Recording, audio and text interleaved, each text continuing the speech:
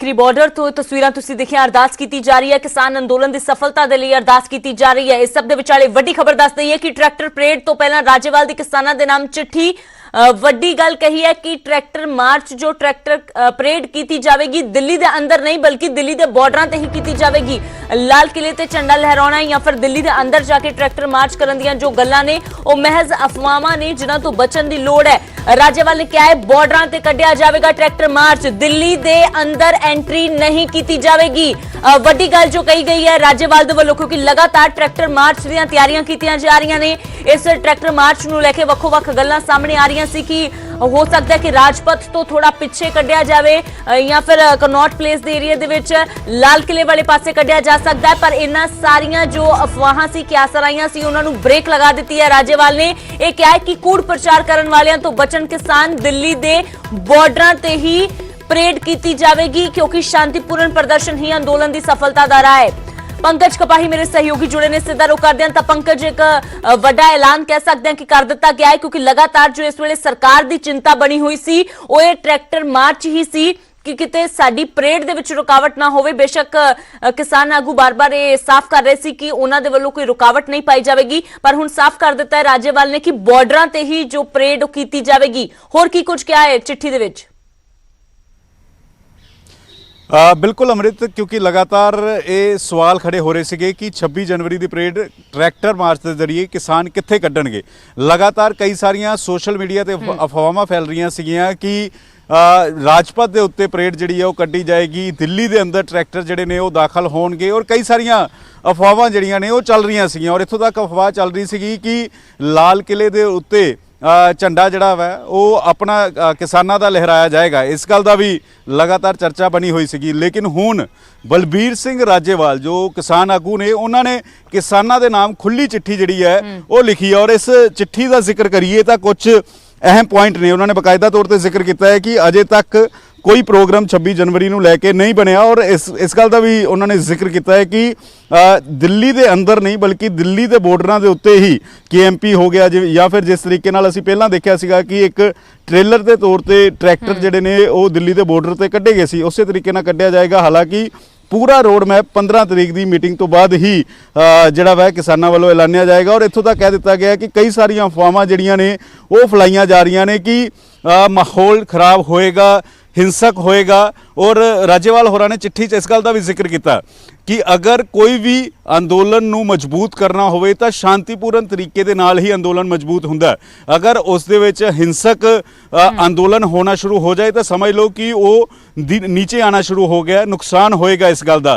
तो उन्होंने कहा कि जिवें पहला अंदोलन शांतिपूर्ण तरीके दे नाल चल रहा है उस तरीके दे नाल अंदोलन जिहड़ा है अगे भी जारी रहेगा। एक लंबी चिट्ठी जिहड़ी है वो बकायदा तौर पर जिक्र किया। उन्होंने दस्सिया कि 15 तारीख नूं महिलावां दे तौर पर जिहड़ा है कार्यक्रम रखा जाएगा। उस तो बाद 26 तारीख का जिहड़ी रूपरेखा रहेगी वो शांतिपूर्ण तरीके नाल रहेगी, किसी तरीके नाल कोई माहौल या फिर ये कहिए कि हिंसक नहीं किया जाएगा। ये ओपन चिट्ठी जिहड़ी है वो लिखी है। और इस गल का भी जिक्र किया गया है कि कुछ अफवाहां जिहड़ियां ने वो खालिस्तानी नक्सलवादी कहा जाता वै। ये जिक्र उन्होंने किया कि कई बार सरकार वालों इस तरीके दी अफवाहां जिहड़ियां ने वो फैलाईयां जांदियां ने, सरकारां वालों इल्जाम जिहड़े ने वो लगाए जाते हैं।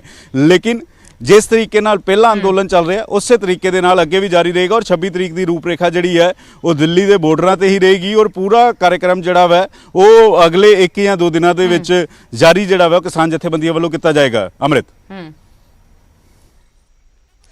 बिल्कुल पंकज तो साफ कर दिता है क्योंकि तैयारियां असीं देखिया है कि लगातार कीतियां जा रही ने। इस वेले किसानों का जो फोकस है उसी के तौर पर 26 जनवरी की परेड से है। इसलिए किसान कह रहे हैं कि सानू कोई बहुत ज्यादा उम्मीद भी कल की मीटिंग तो नहीं है। तो फिलहाल कल की मीटिंग तो बाद किस तरह की रणनीति तैयार की जाती है ये देखना काफी अहम है। बने रहो पंकज, तुसीं साडे नाल टिकरी बॉर्डर तो भुल्लरजीत मेरे सहयोगी जुड़े हुए हैं। तो भुल्लर राजेवाल दे वल्लों यह साफ कर दिता गया है कि किसी भी एरिया दे विच नहीं जाया जाएगा, दिल्ली दे विच नहीं एंट्री की जाएगी बल्कि दिल्ली के बॉर्डर से ही जो है वो ट्रैक्टर मार्च ए परेड जो है वो कढ़ी जाएगी। फिलहाल की कुछ कह रही ने किसान जथेबंदियां इस चिट्ठी के सामने आने तो बाद?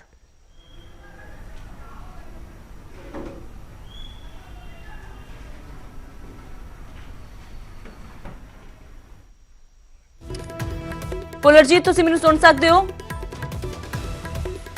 बिल्कुल अमित, ताज ਮਹੱਤਵਪੂਰਨ ਦਿਨ ਹੈ, ਜਿੱਥੇ 50ਵਾਂ ਦਿਨ ਹੈ ਅੱਜ ਕਿਸਾਨੀ ਧਰਨੇ ਦਾ, ਉੱਥੇ ਹੀ ਅੱਜ ਮਾਘੀ ਦਾ ਦਿਹਾੜਾ ਵੀ ਆ। ਤਾਂ ਇਸ ਦਾ ਵੀ ਸਿੱਖ ਇਤਿਹਾਸ ਦੇ ਵਿੱਚ ਪੰਜਾਬ ਦੇ ਵਿੱਚ ਇੱਕ ਵੱਡਾ ਇਤਿਹਾਸ ਹੈ। ਔਰ ਅੱਜ ਸਾਡੇ ਨਾਲ BKU ਡਕੌਂਦਾ ਦੇ ਪ੍ਰਧਾਨ ਬੂਟਾ ਸਿੰਘ ਬੁਰਜਗਿੱਲ ਮੌਜੂਦ ਨੇ। ਬੂਟਾ ਸਿੰਘ ਜੀ, ਪਹਿਲਾਂ ਤਾਂ ਅੱਜ ਮਾਘੀ ਦਾ ਦਿਹਾੜਾ ਔਰ 50ਵਾਂ ਦਿਨ ਹੈ ਕਿਸਾਨੀ ਅੰਦੋਲਨ ਦਾ, ਕਿਸ ਤਰੀਕੇ ਨਾਲ ਦੇਖਦੇ ਹੋ? ਸਭ ਤੋਂ ਪਹਿਲਾਂ ਤਾਂ ਅੱਜ ਮਾਘੀ ਦੇ ਪਵਿੱਤਰ ਦਿਹਾੜੇ ਤੇ ਅਸੀਂ ਸਭ ਨੂੰ ਸ਼ੁਭਕਾਮਨਾਵਾਂ ਭੇਜਦੇ ਹਾਂ ਕਿ ਜਿਹੜਾ ਮਾਘੀ ਦਾ ਦਿਹਾੜਾ ਹੈ ਇਹ ਸੁੱਖ ਸ਼ਾਂਤੀ ਦੇ ਨਾਲ ਸਾਰਿਆਂ ਦੇ ਲਈ ਬਤੀਤ ਹੋਵੇ। ਉਸ ਤੋਂ ਅੱਗੇ ਅੱਜ 50 ਦਿਨ ਹੋ ਗਏ ਦਿੱਲੀ ਦੇ ਬਾਰਡਰਾਂ ਤੇ ਬੈਠਿਆਂ ਨੂੰ, ਤਾਂ ਕੇਂਦਰ ਸਰਕਾਰ ਇਹਨੂੰ ਟਾਲਣਾ ਚਾਹੁੰਦੀ ਹੈ, ਲਮਕਾਉਣਾ ਚਾਹੁੰਦੀ ਹੈ, ਹਮਾਉਣਾ ਚਾਹੁੰਦੀ ਹੈ, ਥਕਾਉਣਾ ਚਾਹੁੰਦੀ ਹੈ। ਪਰ ਅਸੀਂ ਸਾਡੇ ਗੁਰੂਆਂ ਦੇ ਜਿਹੜੇ ਪਾਏ ਹੋਏ ਪੂਰਨੇ ਆ ਉਹਨਾਂ ਦੇ ਰਾਹਾਂ 'ਤੇ ਚੱਲ ਰਹੇ ਹਾਂ। ਅਸੀਂ ਨਾ ਹੰਭਣ ਵਾਲੇ ਹਾਂ, ਨਾ ਅਸੀਂ ਥੱਕਣ ਵਾਲੇ ਹਾਂ, ਨਾ ਅਸੀਂ ਡਰਨ ਵਾਲੇ ਹਾਂ, ਨਾ ਕਿਸੇ ਨੂੰ ਅਸੀਂ ਡਰਾਉਣ ਵਾਲੇ ਹਾਂ। ਅਸੀਂ ਗੁਰੂਆਂ ਤੋਂ ਪ੍ਰੇਰਨਾ ਲੈ ਕੇ ਚੱਲੇ ਹਾਂ ਕਿ ਜਿਹੜੇ ਘੋਲ ਨੂੰ ਅਸੀਂ ਹੱਥ ਪਾ ਲਈਏ ਉਹਦੀ ਅੰਤਮ ਜਿੱਤ ਤੱਕ ਅਸੀਂ ਕਦੇ ਵੀ ਪਿੱਛੇ ਨਹੀਂ ਹਟੇ। ਇਸ ਕਰਕੇ ਸਾਨੂੰ ਉਮੀਦ ਹੈ ਕਿ ਅੱਜ ਦੇ ਪਵਿੱਤਰ ਦਿਹਾੜੇ 'ਤੇ ਅਸੀਂ ਅਰਦਾਸ ਕੀਤੀ ਹੈ ਤੇ ਅਸੀਂ ਇਹਦੇ ਵਿੱਚ ਸਫਲ ਹੋ ਕੇ ਨਿਕਲਾਂਗੇ। ਤਿੰਨੇ ਕਾਨੂੰਨਾਂ ਨੂੰ ਰੱਦ ਕਰਵਾਵਾਂਗੇ ਔਰ ਜਿਹੜਾ MSP ਵਾਲਾ ਕਾਨੂੰਨ ਹੈ ਉਹਨੂੰ ਨਵਾਂ ਕਾਨੂੰਨ ਬਣਾ ਕੇ ਵਾਪਸ ਆਪਦੇ ਘਰਾਂ ਨੂੰ। ਬੂਟੇ, ਤੁਸੀਂ ਮੋਰਚੇ ਦੀ ਸਫਲਤਾ ਦੀ ਅਰਦਾਸ ਕੀਤੀ ਹੈ। ਪੁਲਰਜੀਤ, ਇਸ ਵੇਲੇ ਦੀ ਜੋ ਵੱਡੀ ਖਬਰ ਆ ਰਹੀ ਹੈ, ਸ਼ਾਇਦ ਤੁਸੀਂ ਮੇਰਾ ਸਵਾਲ ਨਹੀਂ ਸੁਣ ਸਕੇ, ਪਹਿਲਾਂ ਵੀ ਮੈਂ ਕੀਤਾ ਸੀ ਕਿ ਰਾਜੇਵਾਲ ਦੇ ਵੱਲੋਂ ਚਿੱਠੀ ਲਿਖੀ ਗਈ ਹੈ ਕਿਸਾਨਾਂ ਦੇ ਨਾਮ।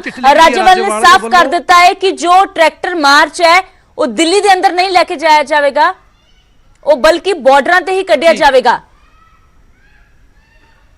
ਬਾਰਡਰਾਂ ਤੇ ਹੀ ਟਰੈਕਟਰ ਮਾਰਚ ਕੱਢਣ ਦੀ ਗੱਲ ਕਹੀ ਹੈ, ਦਿੱਲੀ ਦੇ ਅੰਦਰ ਦਾਖਲ ਨਹੀਂ ਹੋਣਗੇ ਕਿਸਾਨ। ਕੱਢਣਾ ਸੀ 26 ਮਾਰਚ ਨੂੰ, ਉਹਦੇ ਵਿੱਚ ਬਲਵੀਰ ਸਿੰਘ ਰਾਜੇਵਾਲ ਨੇ ਚਿੱਠੀ ਲਿਖੀ। ਉਹਨਾਂ ਨੇ ਕਿਹਾ ਕਿ ਜਿਹੜਾ ਟਰੈਕਟਰ ਮਾਰਚ ਕੱਢਿਆ ਜਾਣਾ ਉਹ ਦਿੱਲੀ ਐਂਟਰ ਨਹੀਂ ਕਰਨਾ, ਉਹ ਦਿੱਲੀ ਦੇ ਬਾਰਡਰ ਤੇ ਕੱਢਿਆ ਜਾਣਾ। ਜਿਹੜੇ ਬਿਆਨਬਾਜ਼ੀ ਹੋ ਰਹੀ ਹੈ ਉਹ ਕਿਸਾਨੀ ਸੰਘਰਸ਼ ਨੂੰ ਕਮਜ਼ੋਰ ਕਰਨ ਦੇ ਲਈ ਹੋ ਰਹੀ ਹੈ।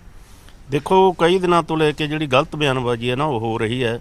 ਕਦੇ ਕਿਹਾ ਜਾਂਦਾ ਲਾਲ ਕਿਲੇ ਤੇ ਝੰਡਾ ਚੜਾ ਦਿਆਂਗੇ ਅਸੀਂ, ਕਦੇ ਕਿਹਾ ਜਾਂਦਾ ਪਾਰਲੀਮੈਂਟ ਦੇ ਅੰਦਰ ਘੁਸ ਜਾਾਂਗੇ ਅਸੀਂ ਕਿਹਾ ਸੀ ਕਿ ਅਸੀਂ ਟਰੈਕਟਰ ਪਰੇਡ ਕਰਾਂਗੇ ਤੇ ਉਹਦੀ ਅਸੀਂ 7 ਤਰੀਕ ਨੂੰ ਰਿਹਰਸਲ ਵੀ ਕੀਤੀ ਹੈ, ਕਰਵਾਈ ਆ। ਹਜ਼ਾਰਾਂ ਟਰੈਕਟਰ ਮਤਲਬ ਅਸੀਂ ਸੜਕਾਂ ਉੱਪਰ ਕੱਢੇ ਆ। ਹੁਣ ਵੀ ਅਸੀਂ ਇਹੀ ਐਲਾਨ ਕਰਦੇ ਹਾਂ ਕਿ ਅਸੀਂ ਟਰੈਕਟਰ ਪਰੇਡ ਕਰਾਂਗੇ। ਉਹਦਾ ਰੂਟ ਕੀ ਹੋਊਗਾ ਉਹ 16 ਤਰੀਕ ਨੂੰ ਸਾਡੀ ਮੀਟਿੰਗ ਹੈ ਪੰਜਾਬ ਦੀਆਂ ਜਥੇਬੰਦੀਆਂ ਦੀ, ਉਹਦੇ ਵਿੱਚ ਤੈਅ ਕਰਾਂਗੇ ਕਿੱਥੋਂ ਤੱਕ ਜਾਣਾ ਹੈ, ਕਿਹੜੇ ਰੂਟ ਜਾਣਾ ਹੈ, ਉਹਦੀ ਕੀ ਵਿਉਂਤਬੰਦੀ ਹੈ ਪੂਰੀ ਦੀ ਪੂਰੀ, ਪੰਜਾਬ ਵਾਸੀਆਂ ਨੂੰ ਕੀ ਕਹਿਣਾ, ਹਰਿਆਣਾ ਵਾਸੀਆਂ ਨੂੰ ਕੀ ਕਹਿਣਾ, ਕਿੰਨੇ ਟਰੈਕਟਰ ਮੰਗਵਾਉਣੇ ਆ ਜਾਂ ਮਤਲਬ ਉੱਥੇ ਸਟੇਟਾਂ ਦੇ ਵਿੱਚ ਹੀ ਮਤਲਬ ਉਹਨਾਂ ਤੋਂ ਮਾਰਚ ਕਰਵਾਉਣੇ ਆ।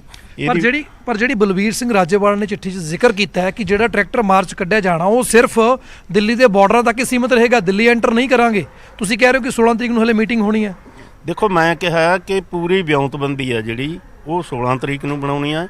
ਬਲਵੀਰ ਸਿੰਘ ਰਾਜੇਵਾਲ ਨੇ ਚਿੱਠੀ ਲਿਖੀ ਆ। ਇਹ ਜਿਹੜੇ ਮਤਲਬ ਚੱਲ ਰਹੀਆਂ ਨਾ ਅਫਵਾਹਾਂ ਕਿ ਦੇਖੋ ਪੰਜਾਬ ਦੇ ਵਿੱਚ ਕਈ ਗੁਰੂ ਘਰਾਂ ਦੇ ਉੱਪਰੋਂ ਅਨਾਉਂਸਮੈਂਟਾਂ ਹੋਈਆਂ ਕਿ ਜੋ ਵੀ ਕਿਸੇ ਕੋਲ ਹਥਿਆਰ ਹੈ, ਲਾਇਸੈਂਸ ਦਾ ਜਾਂ ਦੂਜਾ, ਉਹ ਲੈ ਕੇ ਦਿੱਲੀ ਪਹੁੰਚੋ, ਜਿਵੇਂ ਦਿੱਲੀ ਦੇ ਉੱਪਰ ਧਾਵਾ ਬੋਲਣਾ ਹੁੰਦਾ।